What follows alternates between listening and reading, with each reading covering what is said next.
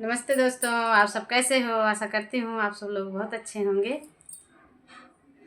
मैं एक नाच गीत लेकर आई हूँ, छोटा सा। आप लोग सुनिएगा और जैसे लगे कमेंट करके ज़रूर बताइए कि गीत हमारा कैसे लगे। सासु ताहर पुतवा झगड़वा करई हमसे, सासु ताहर पुतवा झगड़वा करई हमसे,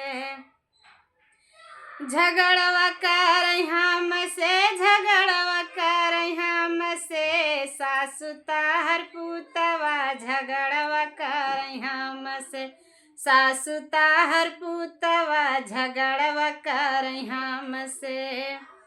सोने की थारी में जेवन बनाए, सोने की थारी में जेवन बनाए, जेवन न जेवई गगरवा गिरधाम से, जेवन न जेवई गगरवा गिरधाम से, सासु ताहर पुतवा झगड़वा करई हमसे, सासु ताहर पुतवा झगड़वा करई हमसे, झगड़वा करई हमसे, झगड़वा करई हमसे, सासु ताहर पुतवा झगड़वा करई हमसे, सासु ताहर पुतवा झगड़वा करई हमसे, सासु ताहर पुतवा झगड़वा करई हमसे।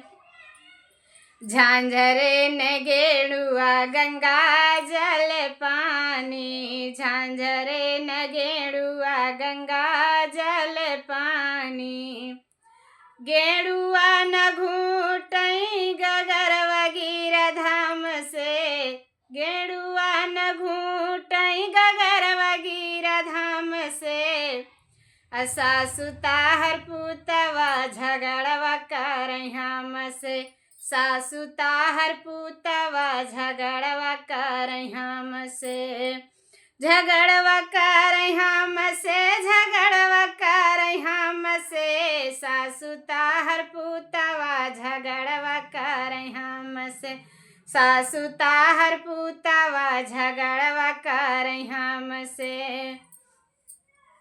लौंगा इलायची कबीरा लगाए, लौंगा इलायची कबीरा लगाए, अबीरवा न कूचई गगरवा गिरधाम से, बीरवा न कूचई गगरवा गिरधाम से, सासु ताहर पुतवा झगड़वा करई हमसे, सासु ताहर पुतवा झगड़वा करई हमसे, झगड़वा करई हमसे, झगड़वा करई हमसे, सासु ताहर पुतवा झगड़वा करई हमसे, सासु ताहर पुतवा झगड़वा करई हमसे।